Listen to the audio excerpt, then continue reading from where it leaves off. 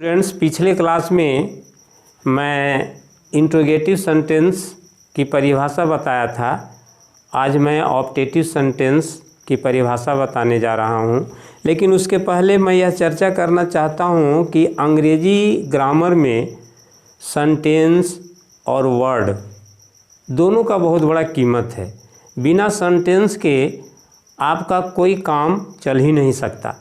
जब हम बोलते हैं तो सेंटेंस का प्रयोग करते हैं, पहले वर्ड का प्रयोग करते हैं, वर्ड का प्रयोग करने के बाद सेंटेंस बनता है और सेंटेंस बनने के बाद जो है पैराग्राफ बनता है और पैराग्राफ बनने के बाद आपका प्रश्न का उत्तर जो है वो क्लियर होता है।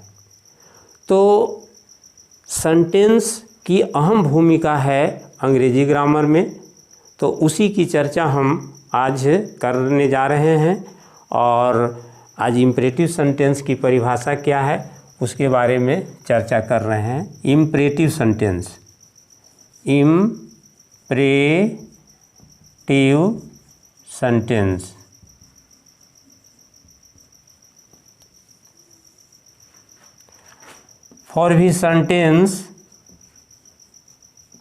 for which sentence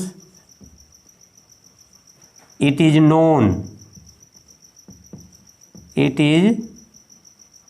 known order,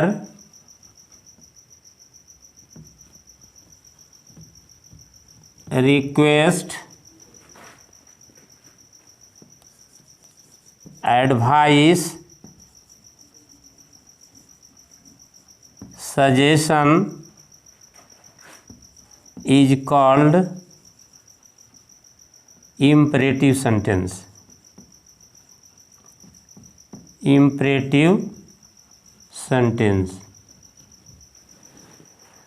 जिस वाक्य से आज्ञा, प्रार्थना, सलाह, परामर्श का बोध होता है वह इम्परेटिव सेंटेंस कहलाता है।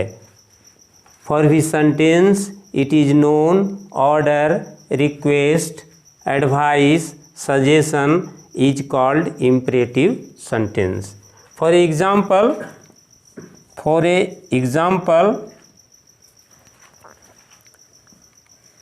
go there, वहाँ जाओ, this is a order। go there, वहाँ जाओ, this is a order। Come here, यहाँ आओ, this is a order. Help me, मुझे मदद करें, request. Take medicine in time, take medicine in time, दवा समय पर खाओ, एडवाइस।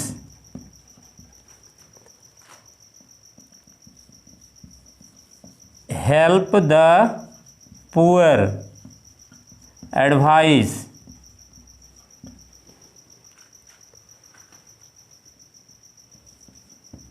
लव योर कंट्री,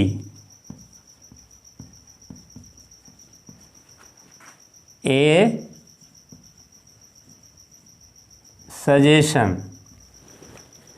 तो इम्परेटिव सेंटेंस में ऑर्डर, रिक्वेस्ट, एडवाइस और सजेशन का जहाँ बोध होता है वो इम्परेटिव सेंटेंस कहलाता है। और बच्चों इसमें सब्जेक्ट यू लुप्त रहता है। सब्जेक्ट यू जो है वह छिपा हुआ रहता है, लुप्त रहता है। जैसे मैंने कहा गो देयर, तो संकेत आप पर है, यू वहाँ पर छिपा हुआ है क्योंकि मैं आपको कह रहा हूँ गो देयर, संकेत है, इसलिए यहाँ जो यू है वो छिपा हुआ रहता है। तो हर हालत में इम्परेटिव सेंटेंस में जो यू है, सब्जेक्ट है, वो छिपा हुआ रहता है। ये इम्परेटिव सेंटेंस हो गया। अब optative sentence, optative sentence 4 optative sentence, optative sentence.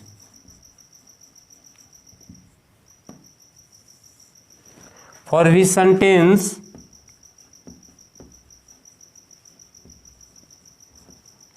sentence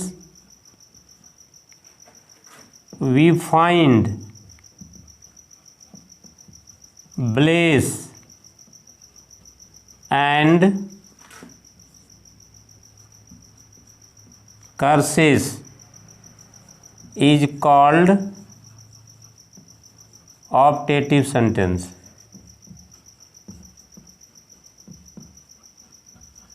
optative sentence. जिस वाक्य से आशीर्वाद और अभिशाप का बोध होता है वह ऑप्टेटिव सेंटेंस कहलाता है। जैसे for example, may you live long, may you die, ये दोनों ऑप्टेटिव सेंटेंस है। मे यू लिव लॉन्ग, तुम दीर्घायु बनो। मे यू डाई, तुम्हारी मृत्यु हो। ये जो है आपका ऑप्टेटिव सेंटेंस कहलाता है, क्योंकि एक में आशीर्वाद है और एक में अभिशाप है। Next, exclamatory sentence. Exclamatory sentence. For which sentence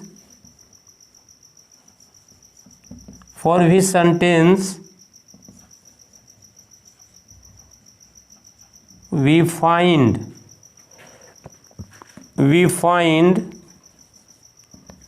joy, pleasure, happy, unhappy and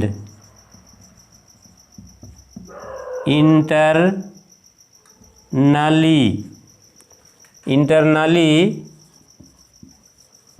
feelings of mind is called